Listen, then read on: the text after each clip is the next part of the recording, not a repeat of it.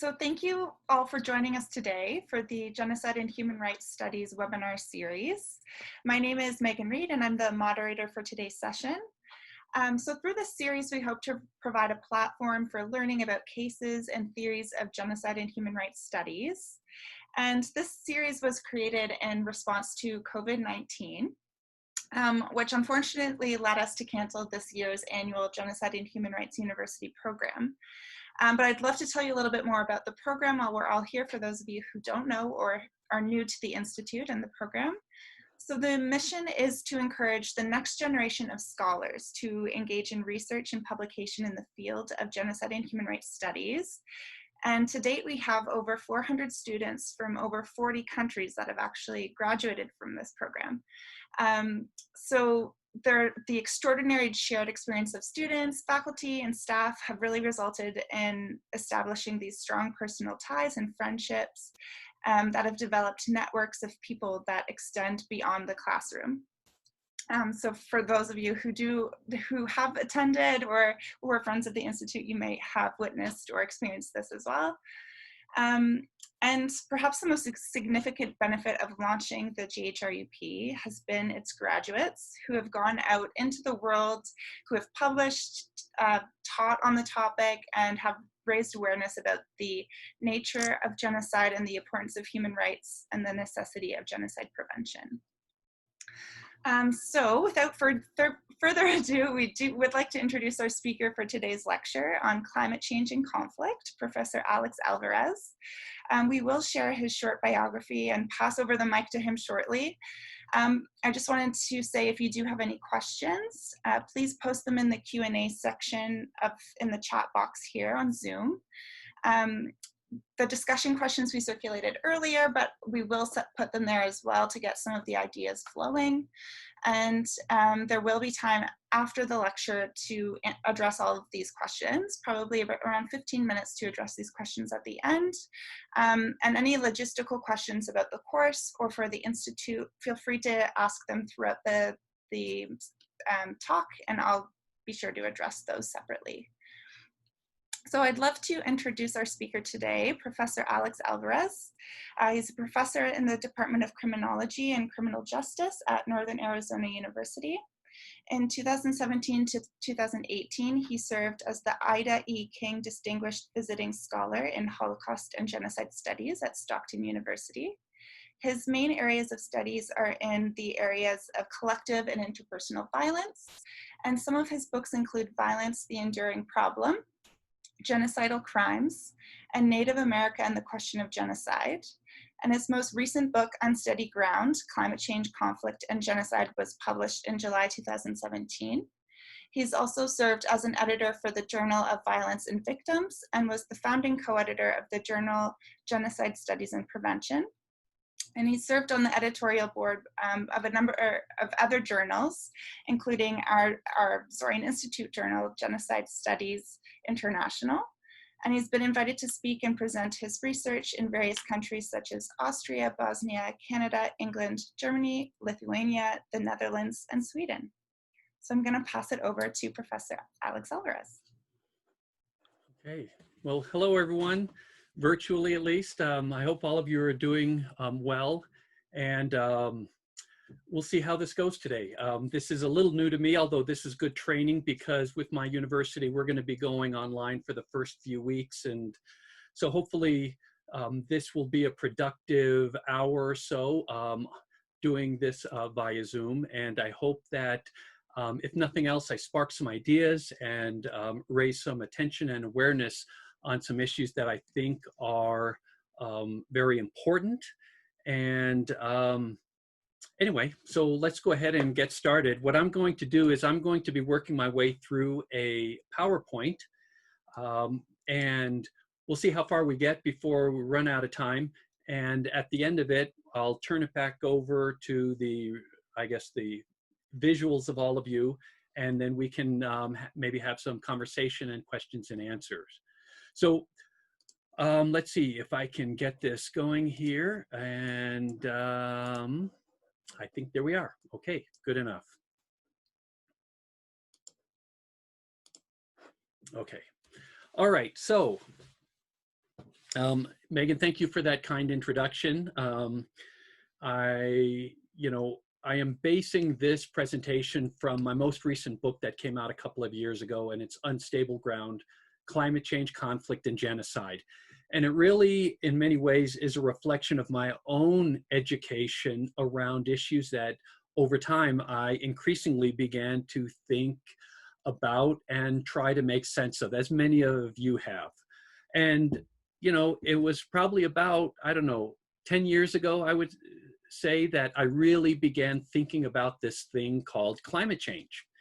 And perhaps for many of you, when you think about climate change, my guess is you think about it in regards to what it's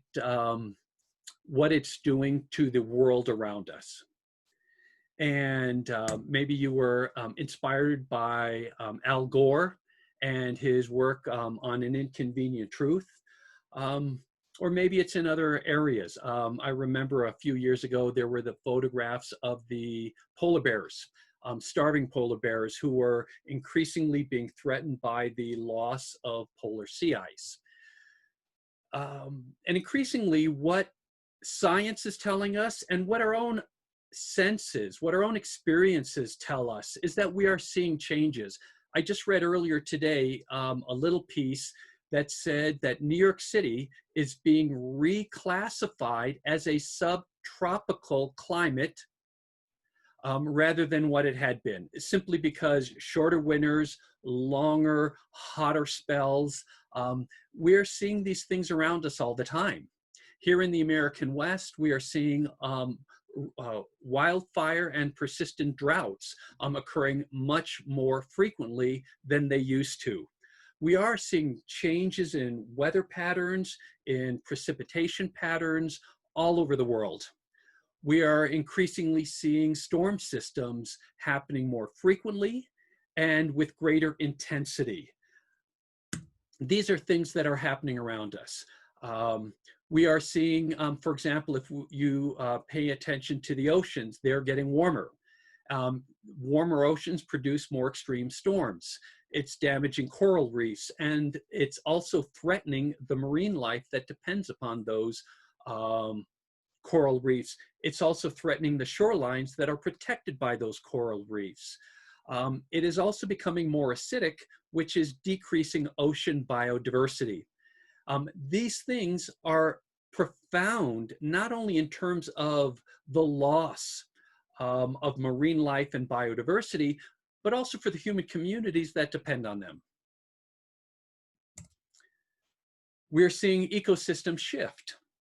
What's happening is that increasingly we are finding that various animal species, plant species, they're migrating.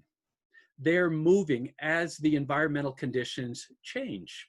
And so we're seeing insects, birds, fish in places where they had not been for many, many, many hundreds of years. This has, again, profound impacts because not only are those animal and plant species shifting into new areas, those that are unable to move because there are barriers, whether it's about urban zones or whether they run out of land, those animals will have to adapt or will disappear. We're seeing, for example, disease vectors change as insects, for example, that carry disease move into areas where they previously had not been. In an era where we are globally living through a massive pandemic, this is clearly an area of big concern. A lot of animal species, a lot of plant species are already under dramatic stress. It's adapt or die. And in fact, what we know is that there are organizations that track threatened species and find that many of them are increasingly under stress from the effects of climate change that are already here. That's not even thinking about in the future. That's about the changes that we are already experiencing in different parts of the world. Now, when I began thinking about this years and years ago, Everybody that was paying attention to it, those that were focused on those kind of impacts that I've just been talking about now. But I'm a sociologist. I study human communities. And as someone who studies violence and how violence occurs, the etiology of violence, I began thinking about what are the impacts of these changes to communities, to populations. And it felt to me like this was an area where we were not paying much attention to. And when I talked to people about this issue, especially in the earlier years, I can distinctly remember talking to different scholars, scholars of violence, scholars of genocide, or just people I know in my social circles. And for many, there was this disconnect. They did not see this connection between climate change and conflict, between climate change, war, genocide, these other kind of things. And this really struck me as strange. And I think the answer I've come up with, I don't know how accurate it is, but my sense is that we often tend to think that we are apart from the natural world. We're separate from it. That somehow living in our nice homes, in our communities, in our cities, that we are largely impervious, buffered from, protected, sheltered from things going on around us in the natural world. But we have to understand that humans exist as a part of the natural world. These impacts will affect humanity, are affecting humanity.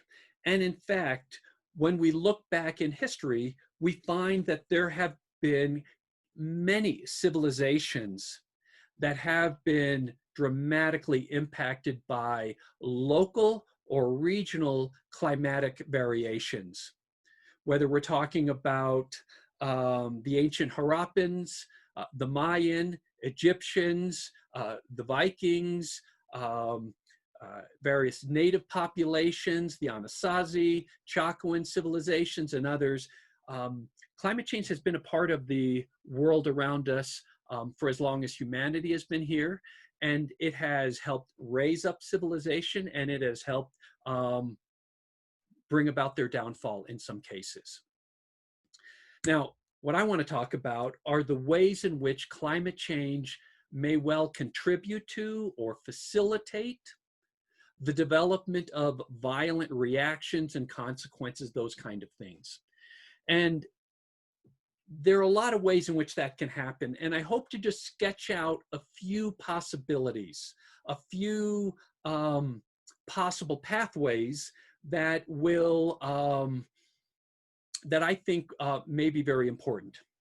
And what we have to understand, what we have to recognize is that climate change will pose stress.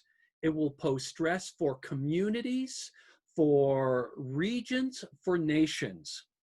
And those stressors will accumulate over time. And humanity, we've always dealt with stressors, right? We've dealt with natural disasters, flooding, storms, hurricanes, these kind of things.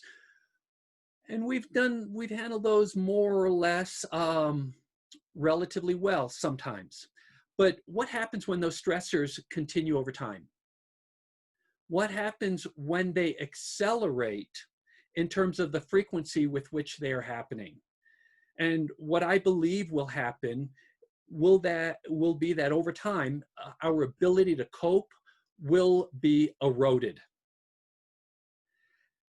Furthermore, meeting these challenges requires a lot of willingness and ability to adapt, to cope. It requires resources, both wealth, the money you need to deal with it, but also human capital, political capital.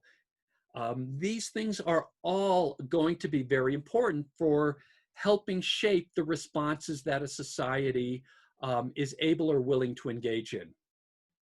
A lot depends upon the term that I like to use that I think is very appropriate here is the term resiliency, right? We tend to talk about resiliency these days in terms of children. How resilient are children? We want to create resiliency among children. children who can bounce back from adversity, children who can adapt and overcome, whether it's bullying, whether it's setbacks academically or otherwise. Well, I think, communities and nations also have resiliency, the ability to deal with these changes and adaptations, and those vary. Resiliency can vary nationally or regionally because of geography, because of the resources and wealth, also because of the leadership or lack thereof. It also, in part, depends upon social capital and education. Do you have the people who have the training, the ability, the skills, the knowledge to come up with localized solutions, localized ways of adapting? And there's a lot of that out there. What are the political structures, the economic structures, the religious structures in terms of how they help facilitate or inhibit adaptation? A few examples to give you a sense of what I'm talking about. All right, if we look at North Africa, for example, generally they are considered to be at high risk for the consequences of climate change and to have relatively low resiliency. And the reason is that it is an environmentally very fragile area. It is prone to desertification, prone to long-standing drought, and there is endemic, deep poverty. That will inhibit their ability in that part of the world to cope and adapt. West Africa also is considered to be at high risk with low resiliency, largely because of endemic political corruption and a history, a long-standing history of ethnic conflict. And what I'm going to argue in a few minutes is that histories of conflict between different ethnic, religious, or racial groups is a fault line around which future conflicts can develop. The Indian subcontinent is also considered to be at high risk because of widespread poverty, again, environmental fragility, drought. Especially if we look at Bangladesh, you have a very low-lying country that is essentially, the entire country is a river delta that's mostly at sea level. They already have a long history of flooding when typhoons come up the Bay of Bengal. Well, what happens when parts of the country are permanently inundated and other parts that previously had been above sea level storm surges are now being periodically flooded? And there is a history of ethnic and religious conflict in this part of the world. Now, Europe and North America are considered to be at relative low risk because of high resiliency and adaptive capacity. They're generally considered to have stable political systems. Although living where I live these days, I wonder a little bit about how stable some of those systems are. Wealth and resources to cope, to adapt, to deal with these. Well-developed infrastructure. Infrastructure is hugely important because it's about not only having resources, having the ability to move supplies where you need it or move populations, but it's about getting it where you want it. And so those countries in those areas are considered to be at relative low risk. However, what I would suggest is that even in those places, over time, that ability to adjust to meet those needs may be eroded, especially given that current projections suggest that the speed and magnitude of these changes are going to be faster than we used to believe. And what we have to understand is that all individuals, all communities, they have a finite ability, a limited ability to deal with change. We also have to understand that wealthy societies, even though initially more resilient, we are actually very interdependent. And what I mean by that is that in modern technological complex societies, all kinds of different systems, transportation, power, um, medicine. These kind of things are very highly interdependent. And when one piece of that system breaks or one piece of that system fails, you may well have cascading effects throughout that society. And I think, for example, here in the United States, where we've seen the strains that the pandemic has put into the supply system for personal protective equipment for first responders, healthcare workers, shortages of different kinds of needed supplies, illustrate some of the fragility of that tightly knit, very efficient, but also sometimes somewhat fragile social systems. Okay, so there's a little bit of background. These are the issues we're talking about. So the real question is then, what is the link? What are the connections between climate change and conflict? And when I say conflict, let me just point out, what I'm really talking about here is communal violence.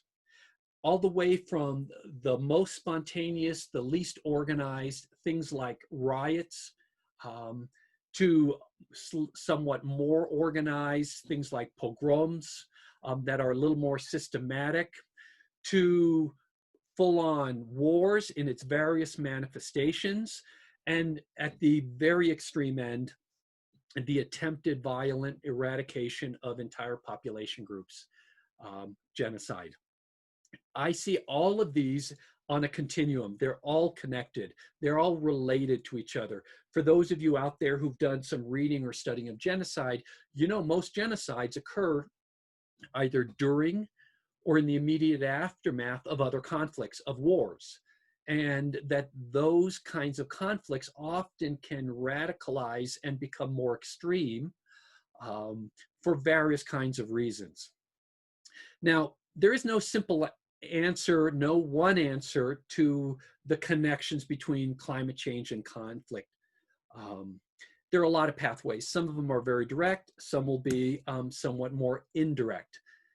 Now, to help us perhaps mentally picture some of these, what I've suggested is that there are three main pathways or three main avenues, whatever you want to use, to help view this kind of issue. Some will be situational, and what I mean by this is large-scale, structural, systemic, environmental kinds of pathways. Ideological and psychological, I'll talk about a little bit later, but those are about how individuals, how leaders, and ordinary people and communities react. Certain mechanisms that we've long identified that make violence much more likely. Certain belief systems that make violence or more likely, or at least facilitate it, or at least in some ways justify it, those kind of things.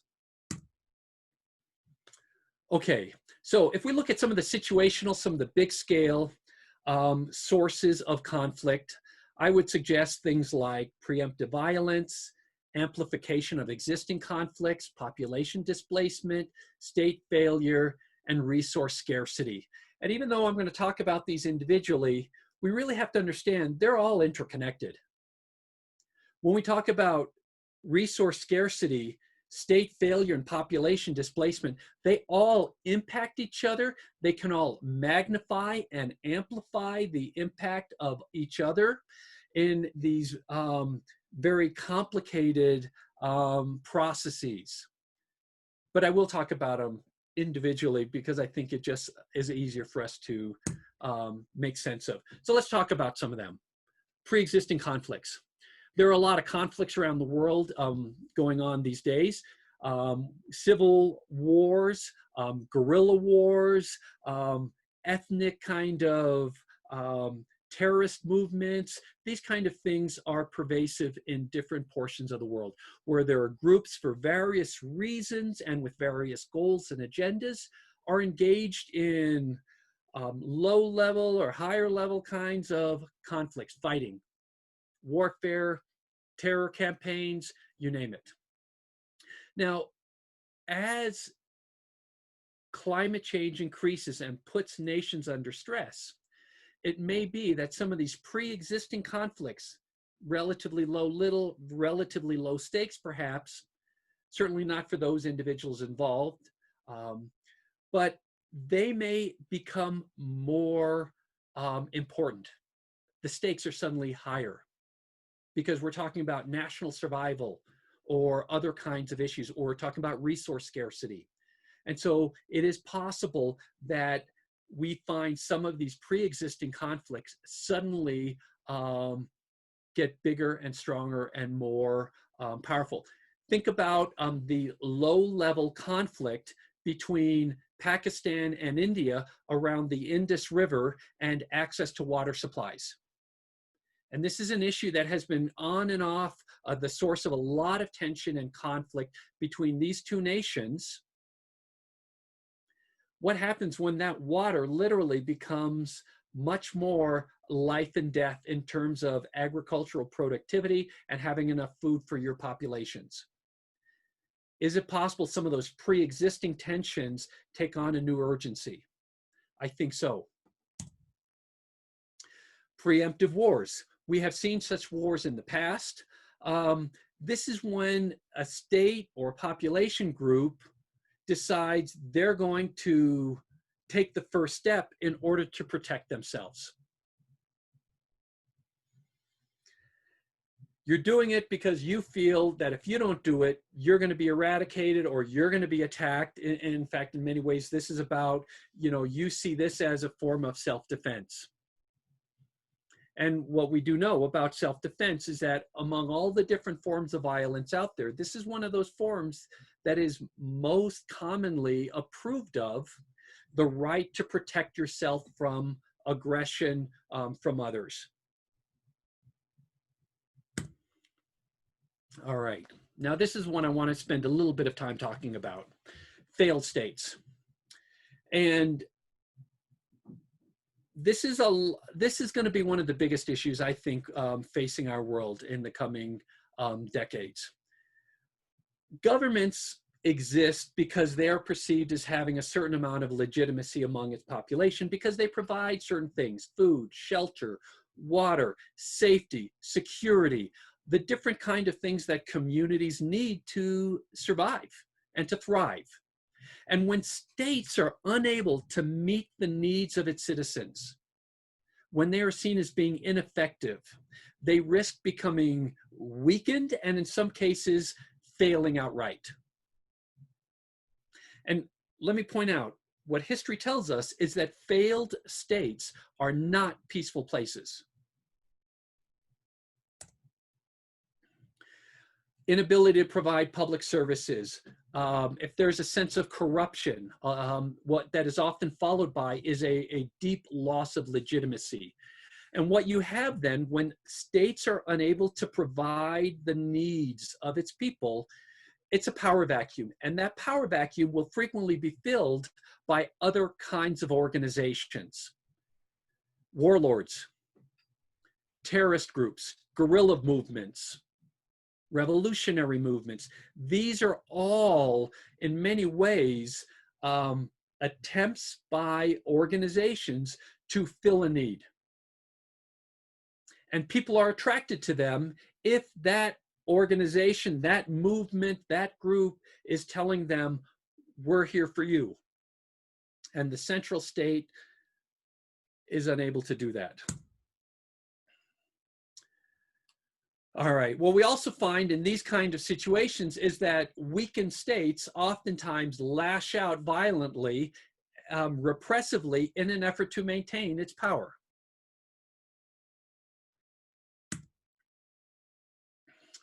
Who are the nations? What are the nations that are most at risk for this? They tend to be relatively poor. They often are divided along ethnic or religious lines, tend to have low levels of development, low levels of infrastructure, these kind of things.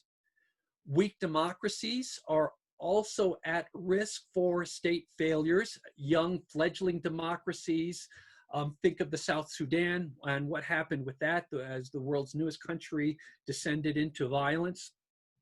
Authoritarian regimes, because of the power that is centralized in a very small number of hands. We also know that at-risk nations are those in regions or in neighborhoods, to use the term, where violence is taking place in neighboring states. What we find is that those regions tend to be more destabilized, in large part because of displaced populations that then flee the violence, but then which help fuel instability in some of the places that they are fleeing into. Here's a fragile states index map of the world. And if you I wanted to throw this up there. Those in red or orange and yellow, those are the places that are most at risk. And I only throw this out here because I want you to get a sense. Weak states or failing states, this is not something that is limited to one or two places around the world. There are a lot of places that are potentially at risk. Now, I'm not suggesting that all of these nations are going to fail or that they are going to descend into violence and so forth. Not at all. But I'm suggesting that this is potentially a widespread and pervasive issue that the world community is going to have to confront. All right, resources. This is connected with state failure and with some of these others as well. Resources, these are things that, that all societies need.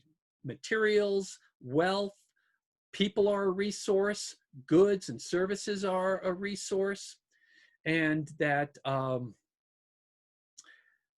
these are things we need. Well, what happens when some of these resources are threatened? What happens when agricultural land migrates away out of your national territory into somewhere else, or it becomes much less productive? What happens when water resources are threatened? We already know, and I will point out, some of the earliest examples of wars were resource wars. They were attempts to gain access to things that were needed or believed to be needed for survival. And we know that in the current world, resources are already a flashpoint around which conflicts have developed. Now, very often, there are all kinds of layers that are added to the top of it. So those conflicts sometimes take on ethnic overtones, national overtones, religious dimensions. These are all there. They're all part of the equation. But underneath all of those layers, very frequently, it comes down to simple resources. And what we will find is that states are going to be willing to engage in conflict to protect what they have or to acquire resources they feel they already need. Whether it's land or whether it's other kinds of things such as, for example, water. International tension around water has already been noticeable in a number of these places that I've just had a small list of examples from recent history.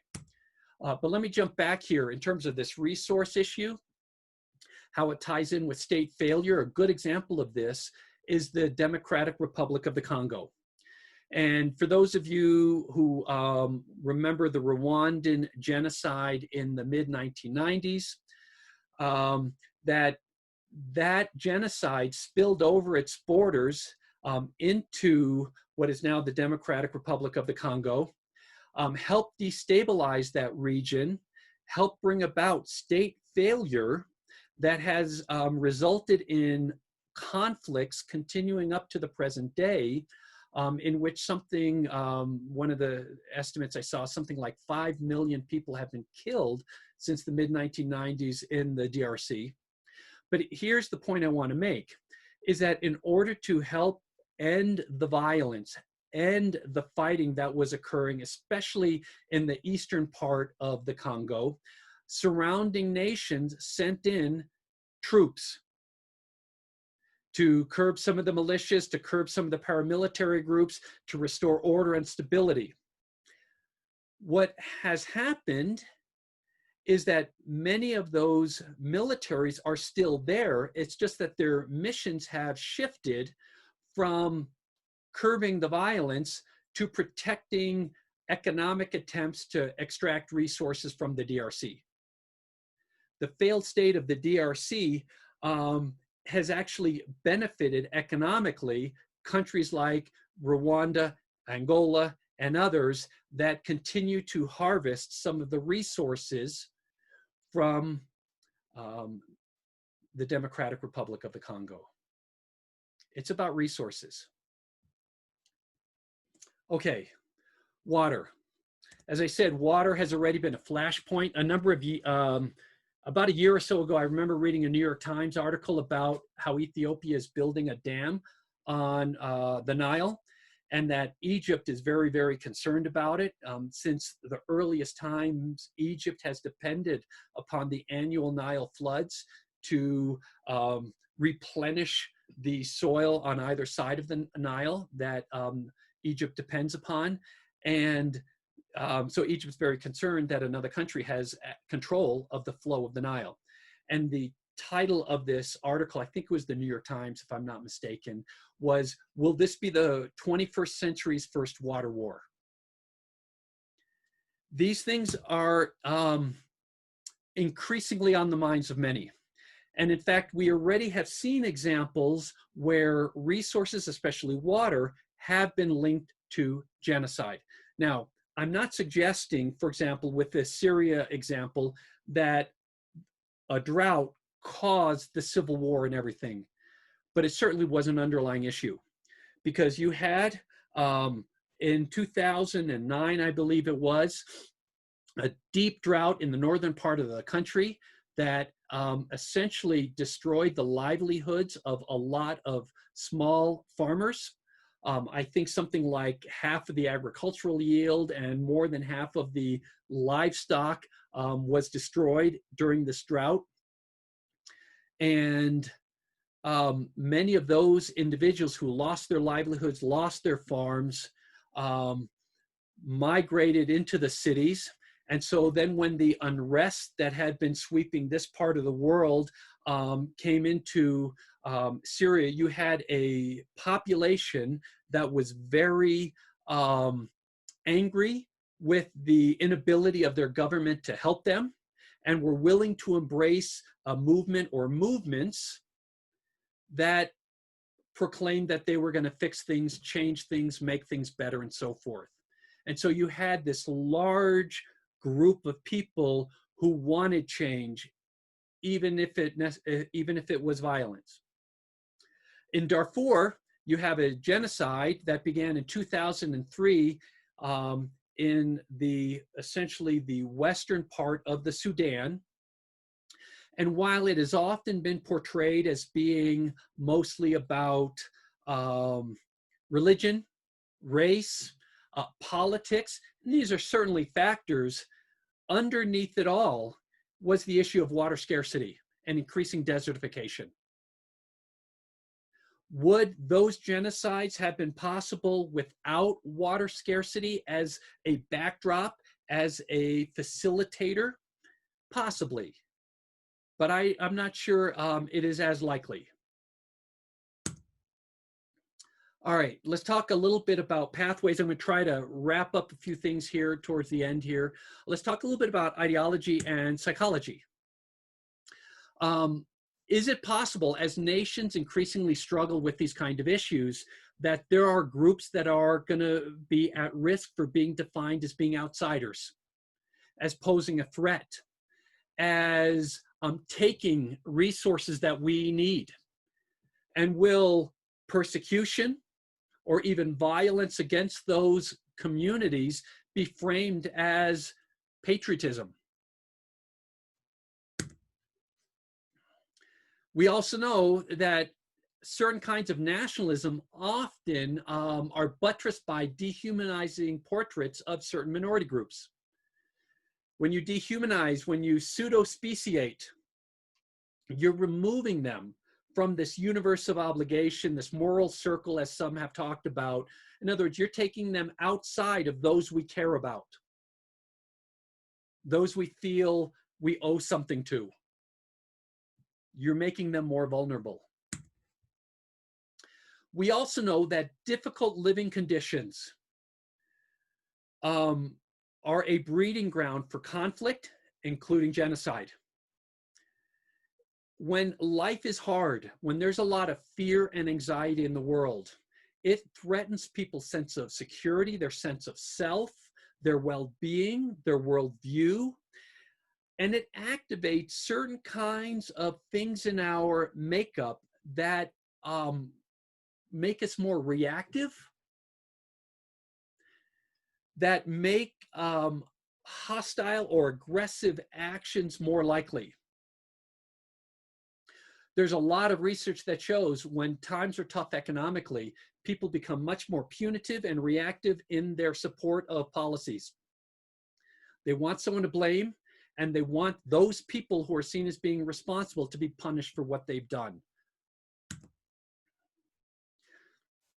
We get protective, we get defensive, and we can be aggressive.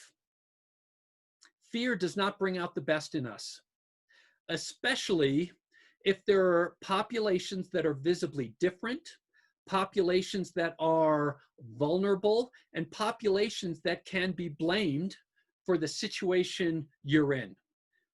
Scapegoating, right? We know that genocide is often shaped by these kinds of attitudes, whether it's intolerance, prejudice, xenophobia, racism, these kinds of mindsets that are engendered by anxiety and fear during difficult times. We can see this, and I just want to talk for a couple of minutes here about this, most clearly when we look at the issue of migration. And I believe that this is going to be perhaps the single most defining issue that the world will be facing in the coming decades. Current estimates suggest that there's something like 71 million people on the move. Refugees, migrants, IDPs, people who are displaced but stay within their borders.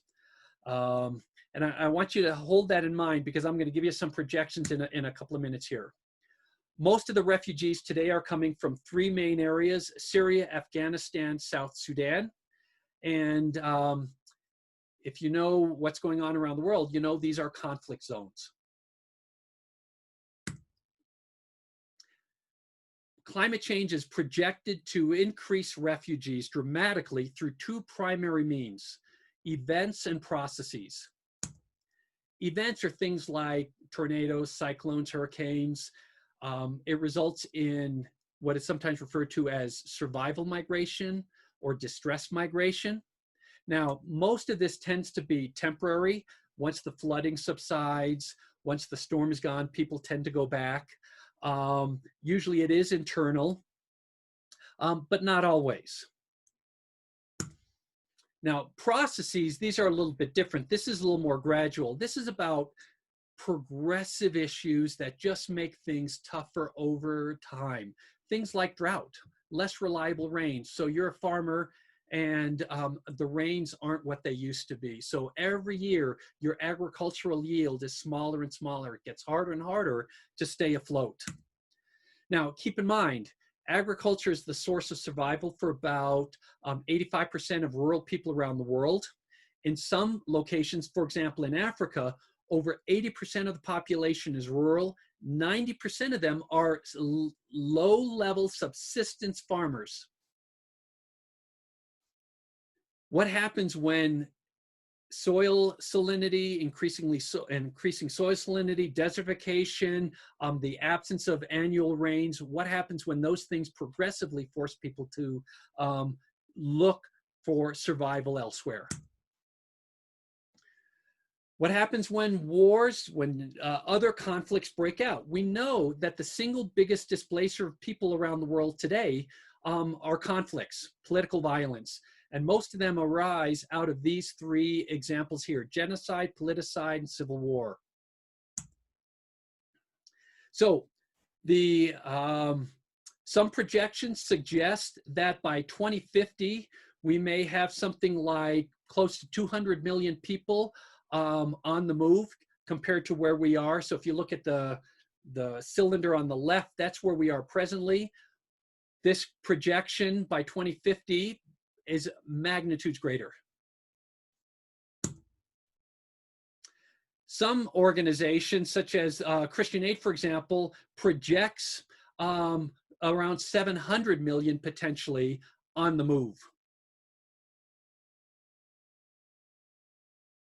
I've even seen some numbers in a few recent articles written where some people are even projecting the numbers are greater than that.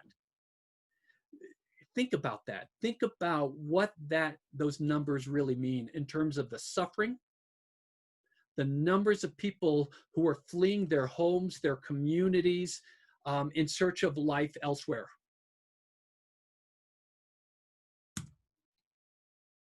Now, what is the context within which we are seeing this happen, where we will see these people on the move? We're seeing a rise in ethno-nationalism around the country. In other words, where nationality, where belonging is centered within specific ethnic groups. We're seeing an increase in authoritarianism. Freedom House, this nonpartisan organization that tracks freedom around the world, has shown for the last something like 10 years, democracy's been on the retreat, civil rights and protections have been declining, and we have seen an increase in authoritarian rule around the globe.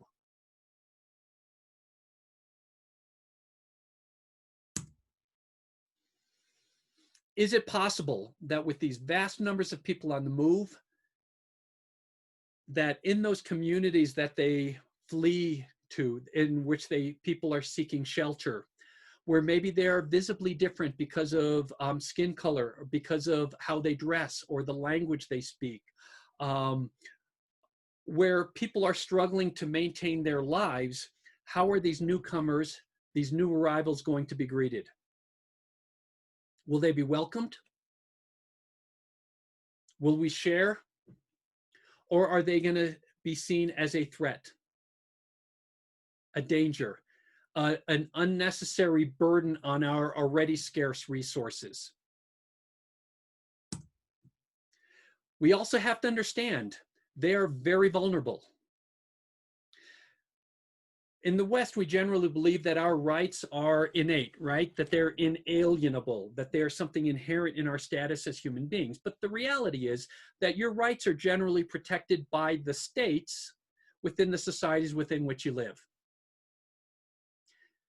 What happens when you are stateless? What we know is while there are legal protections in the international community, in international law, the application of those has been weak to non-existent in many examples. I would argue these groups are incredibly vulnerable, fragmented, alienated, without strong legal protections. Now, for those of you who are reaching for your Xanax or a bottle of wine or whatever you might be doing, I do want to point out, I don't believe that this image I'm painting is a foregone conclusion. I don't believe that at all. Studying violence for something like 25 years has taught me that violence is highly contingent, that violence is the result of choices. And those choices are not inevitable. I also know that in times of crisis, as many of you probably have experienced perhaps in your own communities during this pandemic, people can come together. People can help. People have that capacity within them.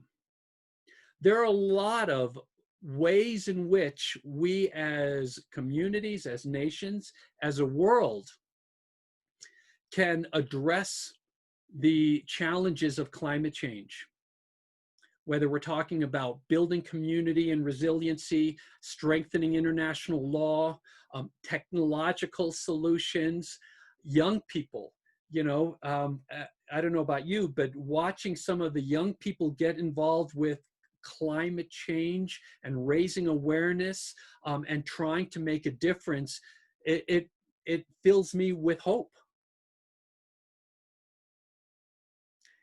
A lot depends upon the choices we make as individuals, as societies, the kind of leadership that we support. And I think with that, I'm just going to stop sharing and I guess open it up for whatever kind of questions and conversation that hopefully some of you may have. Thank you. All right, so do you think that the effects of climate change alone can turn a weak state into a failed state? Are there any examples or predictions about this? That's a great question. I would suggest that climate change does not operate in isolation from other kinds of issues and things going on. So by itself, climate change will not cause societies to fail. But if you have states, for example, that are already weak, where there's a lot of corruption, right? Where there is a lot and a lack of investment in infrastructure, in development, in opportunity, education, all those different kind of things. Those things acting together, I think, pose risk. But again, it's hard to predict. We can point out what countries are at high risk, which have low resiliency, but these are in many ways projections. They are guesstimates. And again, violence is contingent. It's about the choices communities make. And even regions or countries where they are at high risk, that doesn't mean that they inevitably descend into anarchy and violence. Yeah, good question. Do you think there will be the same contention and pushback to environmental refugees, migrants, as there is for economic migrants, such as how we sometimes see in the United States? Also, another great question. So, in the book, Unstable Ground, one of the things I start off my section on migrants with has been some of my own travels and to the border here in Arizona with Mexico, or in Europe during the height of the crisis that began in 2015. And what I tried to point out is that the migrants who were coming were engendering a lot of pushback for various kinds of reasons that were being inflamed by certain kinds of leadership who saw these changes as a threat or as a platform for them to gain support, these kind of things. I think it's going to be hard to disentangle it. And I have a hard time with the distinctions we make, for example, between refugees who have certain rights and economic migrants who generally do not have rights. People never operate for one reason. People don't flee their country just for one reason. So it may well be that there is a mix of reasons that are political, that are economic, that are fear-based, and so forth and so on, all together in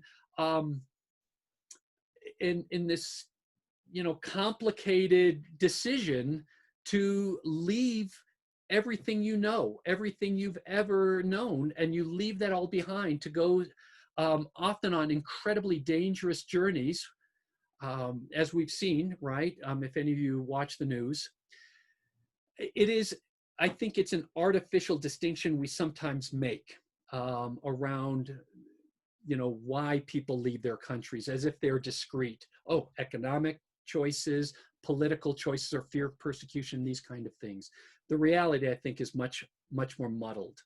But what I do believe is as those numbers increase, if the projections are correct,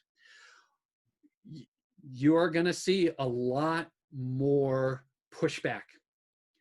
there's a real fear, I believe, that those countries that are the object of many of these displaced people are going to adopt a fortress mentality.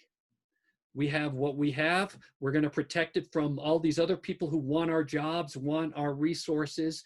And you're going to see a hardening of borders, whether it's literal hardening, in terms of walls and those kind of things, or legal hardening or other kinds of mechanisms. We are in the process, there's a term that criminologists use, and it's a little too cute for me, to be honest, but it's this, the term is crimigration.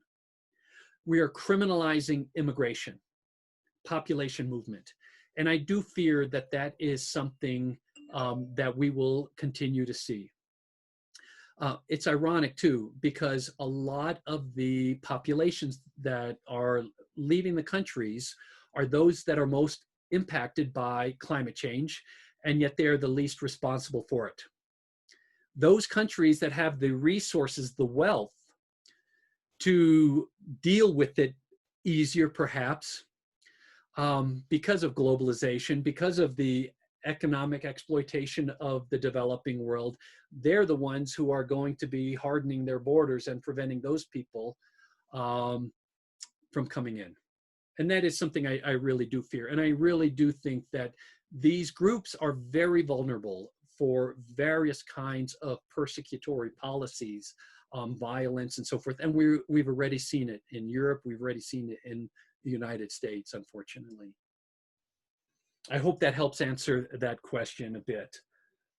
All right. As mentioned, many of the first wars were resource wars. Since then, wars and conflicts have become more complex through governmental bodies, technological advances, and so on. What resource do you think has the greatest potential for leading to violence or the outbreak of conflict in our future, and why? Water. Yeah. We have already seen,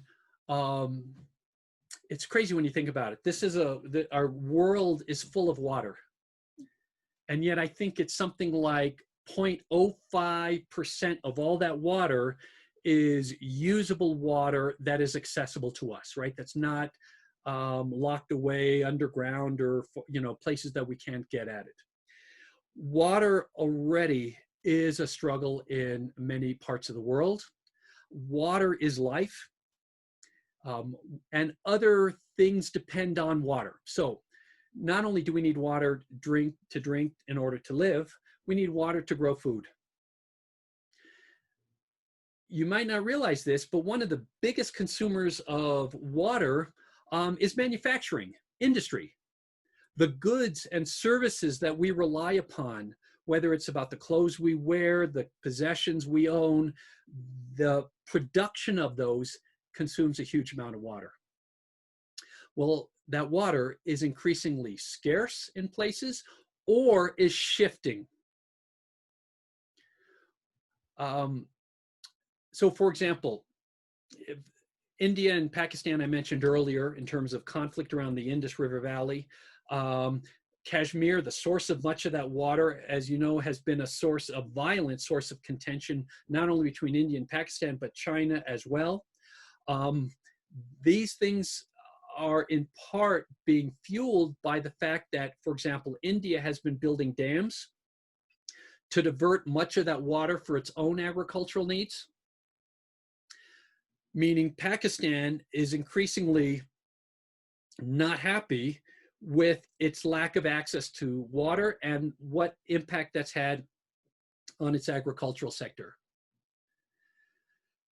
There are a lot of resources out there that I think will become important, especially in the modern technological world where, rare earth minerals and these kind of things are part of how we live our lives. But at a fundamental level, it strikes me that water is perhaps one of the biggest sources, and will be one of the biggest sources of tension and conflict. And we're already seeing it even within nations. To give you an example, here in the American Southwest, the Colorado River, Grand Canyon, right, rafting through it, that river used to reach the ocean doesn't anymore. And there are a number of American states that have legal compacts that tell how much they're allowed to take from it. Those legal compacts were developed in an era in our history, early in the 20th century, when water flow was much higher than it is today. The Southwest has been booming population-wise, so you've got the growth of big cities like Phoenix, Las Vegas, Los Angeles. They need water. So even within nations, those conflicts are happening. They're being waged in court with lawsuits and so forth. And it can get fairly ugly, not violent as far as, I'm aware of. What happens when those are between countries, especially if there are religious, ethnic, historic differences? What happens when some of those boundaries historically were different? So that the resources that you really want were once part of your territory. Could that be a justification? Think about the Soviet Union and the Ukraine. And the issue of resource, although there it's not so much water, other things as well. But anyway, short and sweet, my answer to that question, I have a tendency to go on, sorry, is I think water. That's probably one of the most obvious ones. All right. A lot of people may see statistics such as these 2050 projections related to climate change and feel like it's too late to do too much, such as the rise in sea level, depletion of ice in the Arctic, the subsequent potential for increased conflict, and so on. For those who are interested in taking action but don't know how, I wonder if you would recommend a preventative approach, such as focusing work to stop rising temperatures, or a risk mitigation approach, such as considering how to resolve conflict that might arise due to these changes. What role can each play in improving lives of people who are most affected by climate change and possible conflict? Again, great questions. There's no, again, so one, there's no single answer. Two, I don't believe that technology is the answer. We think often that technology got us into this fix, technology will get us out of this fix. I don't believe that. I don't think that we are going to fundamentally address this issue until we take a hard look at how we as a species live on this planet, how we consume, how we relate to the natural world around us. Now, I'm totally with you. I understand it feels overwhelming. What the hell can I do? I might as well go buy that big V8 pickup truck and, live my life, enjoy it while I've got it. I think there are many things that we can do as individuals. I think there are a lot of organizations out there that are working on these kind of issues, whether it's about climate change broadly writ, or whether it's about migration, or whether it's about sustainable communities, these kind of things. So get involved, find your issue.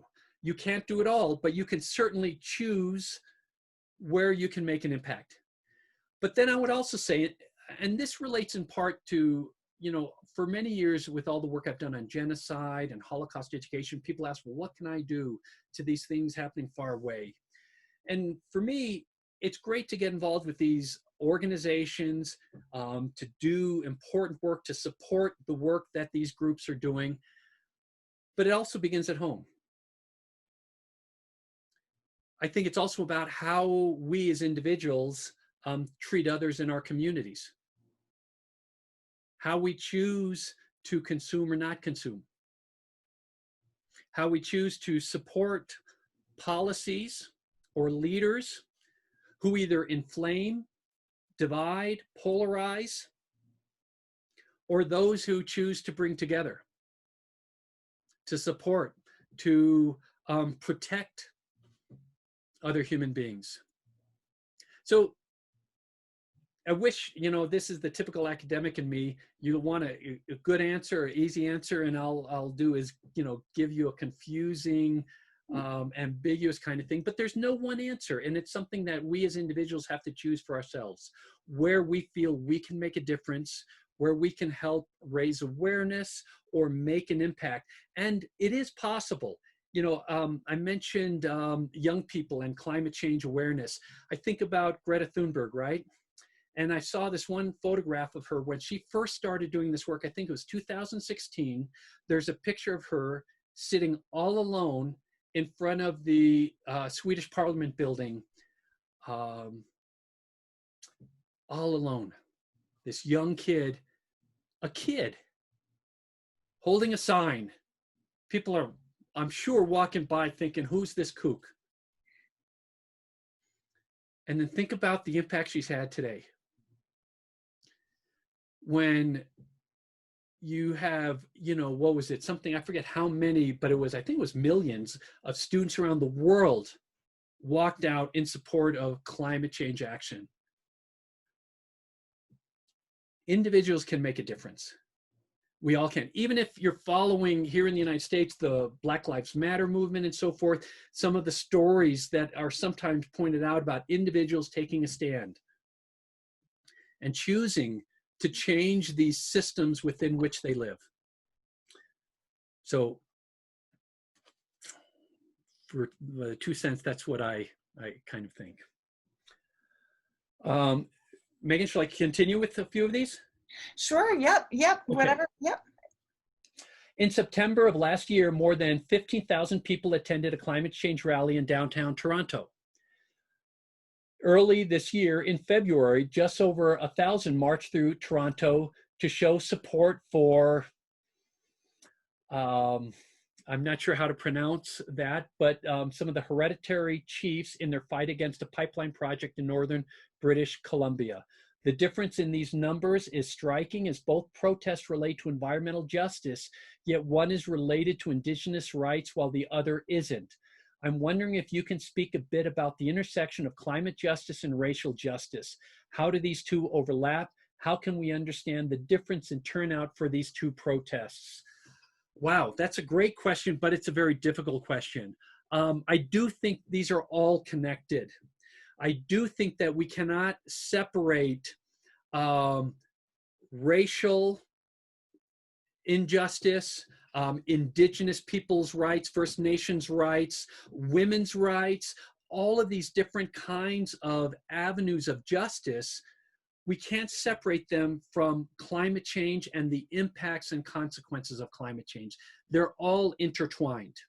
And I think if you look at social and political movements, at history, what they tell us, we often find that there are these intersections. Now, why do some resonate and others don't? Wow, I don't know. Why is it that here in the United States, the murder of this one man in Minneapolis, George Floyd, has resulted in the largest social movement in American history ever, when we could speak to a litany of well-publicized murders in years leading up to it? And while many of those did result in protests, they did not galvanize the level of support, of protest, of change. I wish I had an answer for you why some issues are more important at a particular point in time and place than others. And unfortunately, the problem is we often have limited bandwidth, right? So for me, just to give you an example, this issue of climate change is still here, is still very much with us. But it feels like since we've had the pandemic, since we've had Black Lives Matter and these other issues, climate change has moved to the back burner. And yet it's not going away. Now, I'm not saying one is more important than the other or that we should, but it's hard to juggle all these different things at the same time. All I can say is that for those issues you care about, the work is what's important. And whether or not it resonates at that particular point or not, it's the work itself that has to be done, that has to be continued. And hopefully, that awareness will raise and people will take those issues and work on them. I don't know if that's a satisfactory answer. That's a really hard question. So anyway, I hope that helps a little bit. Have past major genocides been influenced by climate change? Absolutely. The example that I can give you is Darfur, where you had in 2003, you had members of a number of Sudanese tribes pushing for more representation, more rights, more opportunity within a society that had largely marginalized them. And in response, the government in Khartoum mobilized a genocidal campaign against those tribes. What we often don't understand is that many of the members of the militias that played a prominent role in the violence were recruited from the northern Darfur and engaged in violence in the south of Darfur. Those northern tribe members were individuals who tended to be more nomadic herdsmen. And in the south, they tend to be more agricultural because there's more water in the south. And so one of the things that played a part in this violence was increasing desertification in the north part of the Darfur. These militia, these Janjaweed militia, were largely recruited from northern tribes with the promise that when these villages are essentially wiped out, that they'll have that land and the water access for their herds. So I would suggest that might be an example of what you're looking for. Okay, one question. What connection do you identify between the persecution of indigenous nations in the Americas, even if not directly persecution, but by bad life conditions imposed by populist far-right regimes and governments and disrespect for their cultural cosmologies and the future of the environment? What connection do you identify? Do you identify between persecution, even if not directly persecution? Yeah, I'm not sure I'm understanding completely that question, but if I am reading it right, I do think the persecution of native populations, both historically and in the contemporary era in North America, Central and South America, have oftentimes been buttressed by ideologies, by certain belief systems, whether it's about manifest destiny or, you know, the value of different groups and so forth. But a lot of times underneath it all was the issue of resources. And so we know that, for example, in South America, many indigenous populations have been targeted or moved out and put into very difficult life circumstances because governments and companies wanted to open up their land for economic exploitation, whether it's about gold or cutting down forests in order to have ranches where you can have livestock so that Americans can buy cheap hamburgers at McDonald's or these kind of things. It's about resources, and when indigenous populations have been in the way of exploiting the environment for certain kinds of consumer lifestyles, that's when we've seen violence, both historically, but again, also even in the present day. I don't know if that quite answers your questions, but I hope I at least got to it a little bit. That's great. Professor Alvarez, thank you so much for this presentation today. And for all of the attendees, we have recorded this session and we do have your email addresses. So we will be sending you the session in case you want to go back to any parts, or if you have any other questions, feel free to email me and email the Zoryan Institute at zoryaninstitute.org. Thank you very much. Thank all of you. I hope you found this interesting at least. Thanks, Megan.